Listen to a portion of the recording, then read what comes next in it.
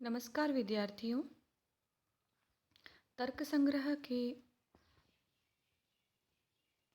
जिस विषय के बारे में हम आज चर्चा करेंगे वह है आत्मनिरूपण, यानी आत्मा के बारे में न्याय और वैशेषिक दर्शन क्या कहता है, उसे कैसा मानता है, इसके बारे में आज चर्चा करेंगे। आत्मनिरूपण के संबंध में कहते हैं, ज्ञानाधिकरणमात्मा स द्विविधो जीवात्मा परमात्मा चेति तत्रेश्वरः सर्वज्ञः परमात्मा एक एव जीवस्तु प्रतिशरीरं भिन्नो विभुर्नित्यश्च। अर्थात ज्ञान के आश्रय को आत्मा कहते हैं। ज्ञान का अधिकरणम, जो अधिकरण है, वह आत्मा कहलाता है। आत्मा शब्द पुल्लिंग का होता है, देखने में आकारांत शब्द है और लगता है कि वह स्त्रीलिंग का होगा, किंतु यह शब्द पुल्लिंग का है। मूल में यह शब्द आत्मन शब्द है, नकारांत शब्द है। कभी कभी साक्षात्कार इत्यादि में आत्मा शब्द का लिंग पूछ लिया जाता है, क्योंकि यह दिखने में तो स्त्रीलिंग की तरह लगता है, लेकिन और आत्मा होती है, इस प्रकार का हम प्रयोग हिंदी में भी करते हैं। तो इस प्रकार के प्रयोग के कारण इसमें संशय उत्पन्न होता है कि यह कौन से लिंग का है। तो नकारांत पुल्लिंग शब्द है। रूप चलते हैं आत्मा, आत्मानौ, आत्मानः, आत्मानम, आत्मानौ, आत्मनः। तृतीय विभक्ति में आत्मना, आत्मभ्याम, आत्मभिः। तो इस प्रकार से इसके रूप चलते हैं। किसको माना गया है आत्मा? जो ज्ञान का अधिकरण है, यानी ज्ञान का आश्रय है। ज्ञान जिसमें रहता है, जिसमें जो चीज़ रहती है वह कहलाती है अधिकरण। तो ज्ञान का जो अधिकरण है उसे आत्मा कहते हैं। यह दो प्रकार की है। न्याय और वैशेषिक दर्शन के अनुसार आत्मा को दो प्रकार का बताया है, एक जीवात्मा, दूसरा परमात्मा। तत्र ईश्वरः सर्वज्ञः। यहाँ पर जो परमात्मा है वो ईश्वर है। ईश्वर का मतलब होता है जो सभी का स्वामी हो, और सर्वज्ञ है, और सभी कुछ जानने वाला है। और वो कैसा है? संख्या में एक एव, वह संख्या में एक ही है। जीव को जीवस्तु प्रति शरीरम भिन्नो, लेकिन जो जीवात्मा है प्रति यानी प्रत्येक शरीर में भिन्नो भिन्न है, अलग अलग है।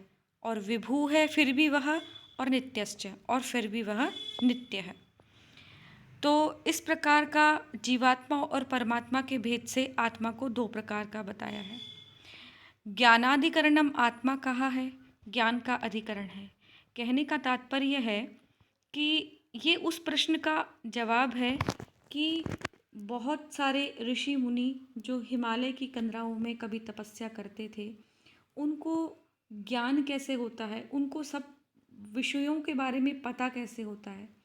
क्योंकि प्रत्येक शरीर में हमारे जो आत्मा या कोई भी जीव जो निवास करता है, जिसे हम जीव कह सकते हैं, आत्मा भी ना कहें तो जो जीव निवास करता है वही ज्ञान का अधिकरण है, उसी में ज्ञान निवास करता है। इसीलिए जब हम अपने भीतर ही झांक कर देखते हैं तब हमें कई विषयों का अनुभव होने लगता है।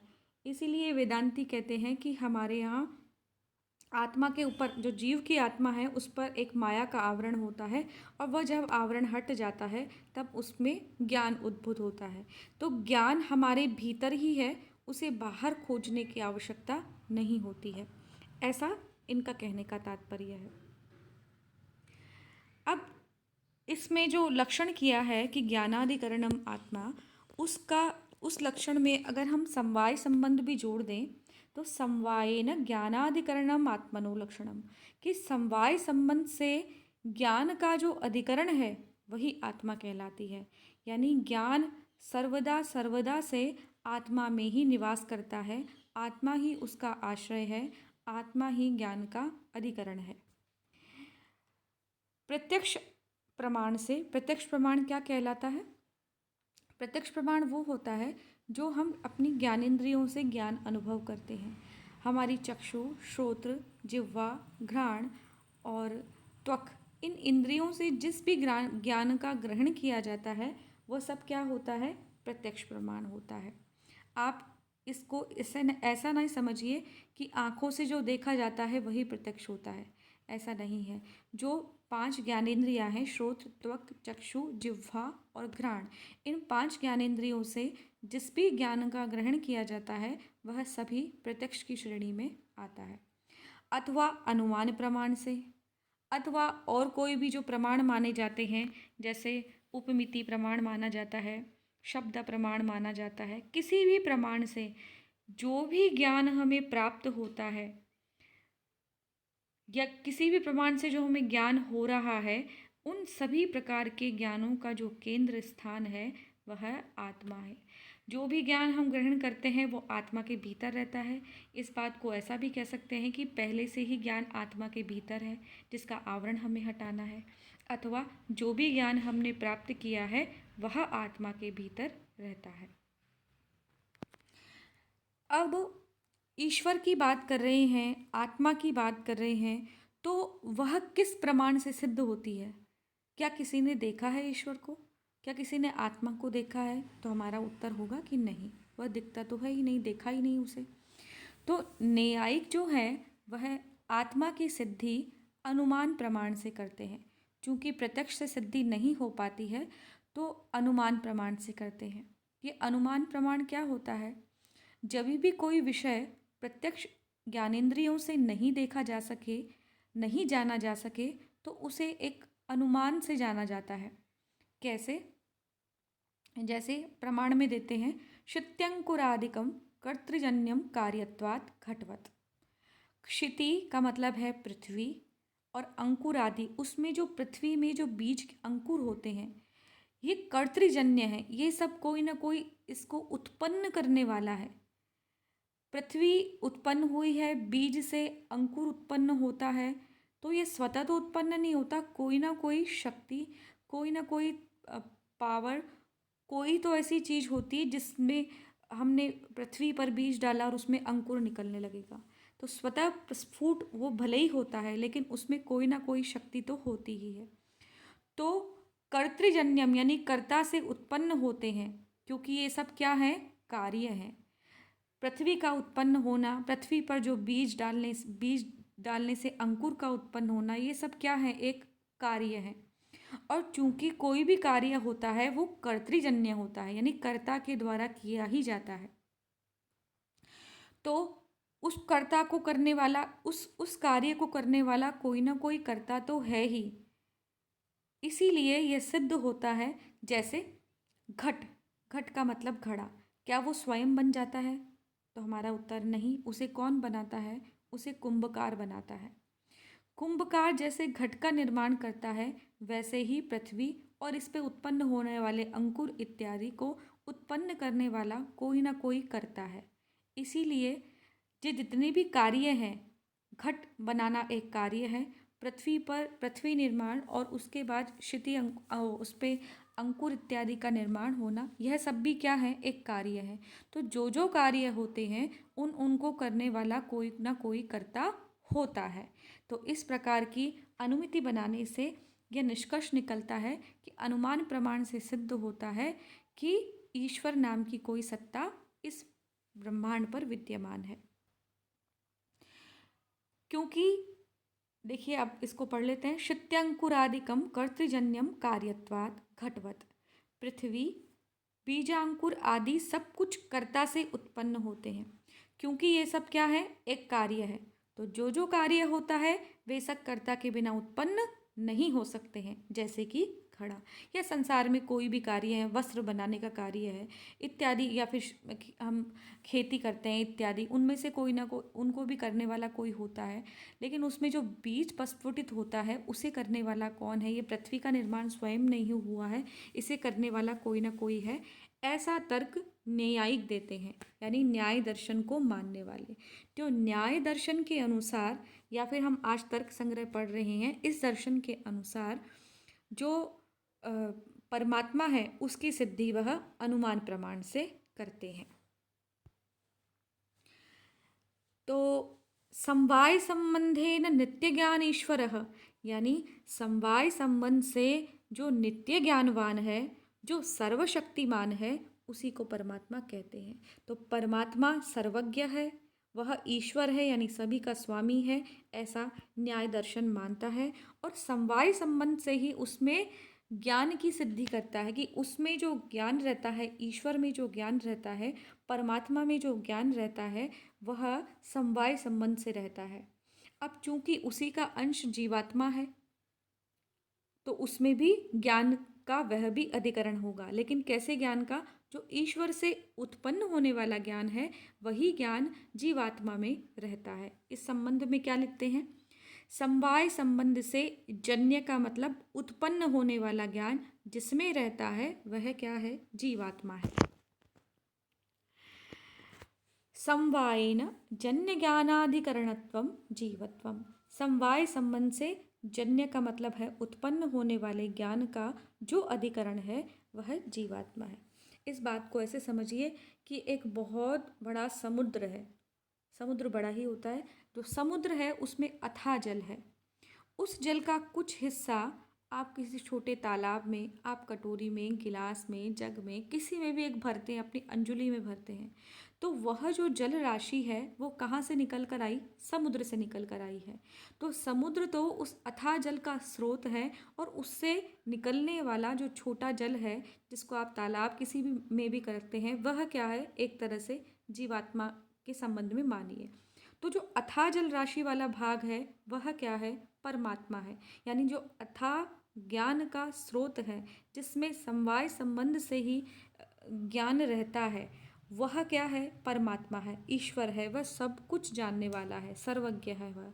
और उसी में से उत्पन्न होने वाले उस जीवात्मा के उस परमात्मा का ही अंश क्या है? जीवात्मा है। तो वह जीवात्मा उस परमात्मा से उत्पन्न होने वाले ज्ञान को धारण करने वाली है, उसको आश्रय प्रदान करने वाली है, इसलिए वह जन्य ज्ञान का अधिकरण होगी। इस प्रकार भी जीवात्मा का लक्षण किया जाता है। अब जीवात्मा को क्या बताया है? विभू बताया है, अर्थात वह भी सभी मूर्त द्रव्यों से संयोग रखने वाली है। अब देखिए, मूर्त द्रव्य क्या होते हैं? हमने पिछली बार भी चर्चा की है इसके बारे में। पृथ्वी, जल, तेज, वायु और आत्मा, मन। पृथ्वी, जल, तेज, वायु और मन, इनको कहा गया मूर्त द्रव्य। आकाश मूर्त द्रव्यों में नहीं गिना जाता है। फिर और ये कैसा है? विभू है। इस जीवात्मा का भी उत्पत्ति और विनाश नहीं होता है। शरीर ही उत्पन्न होता है और शरीर ही विनाशशील है। अर्थात इस शरीर के अंदर जो एक जीव है, जिससे हमारे शरीर में चेतना संचरित होती है, तो वह जो चेतना है, वो जो जीवात्मा है, उसका कभी भी उत्पत्ति और विनाश नहीं होता है। ऐसा भगवद गीता में भी लिखा हुआ है। श्रीमद् भगवद गीता में भगवान कहते हैं कि जातस्य ही ध्रुवोर्मृत्यु ध्रुवम जन्म मृतस्य च। जो उत्पन्न हुआ है उसकी मृत्यु निश्चित है, और जो जातस्य ही ध्रुवोर मृत्यु, जिसने जन्म लिया है, जातस्य यानी जन्म लेने वाले की, ध्रुव यानी निश्चित है मृत्यु, और ध्रुवम जन्म, जिसने जन्म लिया है, ध्रुवम जन्म मृतस्य च, और जिसकी मृत्यु हो चुकी है उसका जन्म पुनः होगा। और आत्मा के संबंध में लिखते हैं कि तो ये जो जन्म और मृत्यु हो रही है, वह किसकी हो रही है? शरीर की हो रही है। आत्मा के संबंध में लिखते हैं वसांसि जीर्णानि यथा विहाय नवानि गृह्णाति नरोपराणि, तथा शरीरानि विहाय जीर्णानि नवानि सहाति नवानि देहि। यानी जो अन्यानि सहाति नवानि देहि, कि वसांसि जीर्णानि, जैसे हम पुराने वस्त्रों को त्याग करके नए वस्त्रों को धारण करते हैं, वैसे ही ये जीवात्मा है, ये पुराने वस्त्रों को त्याग करके, पुराने शरीरों का त्याग करके नए शरीरों को धारण करती है। अर्थात वह तो नित्य है, अटल है, उसकी कभी मृत्यु नहीं होती। अक्लेद्यो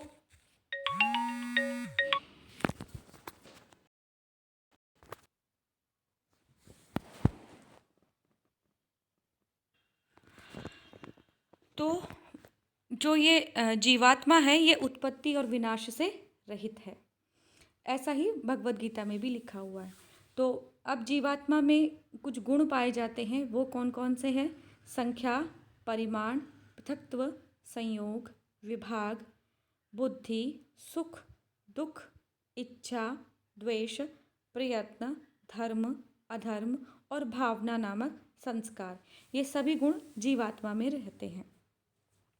देखिए, एक प्रसंग कुछ कुछ व्यक्ति कहते हैं कि जो सद्यजात शिशु है वह उत्पन्न होते ही माता के दूध के लिए लालायित रहता है और थोड़ी देर बाद ही वो स्वयं पीने लगता है।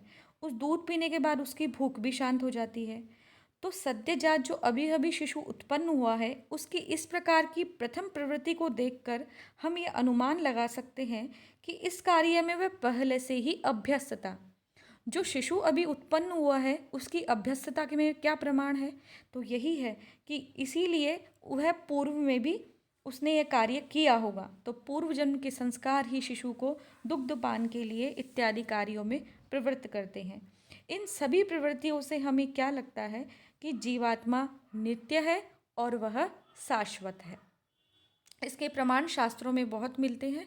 तो आप उसके लिए भगवद गीता का 2वें अध्याय में कुछ कुछ श्लोक हैं, उन्हें आप यहाँ जब परीक्षा में आत्मा का लक्षण आता है, आपको उसकी व्याख्या करनी हो, तो आप वहाँ से श्लोक कोट करके विशेष में, टिप्पणी में अथवा अपनी व्याख्या में उसको लिख सकते हैं। आज के वीडियो में इतना ही। हम अगले पदार्थ द्रव्य के बारे में चर्चा करेंगे। धन्यवाद।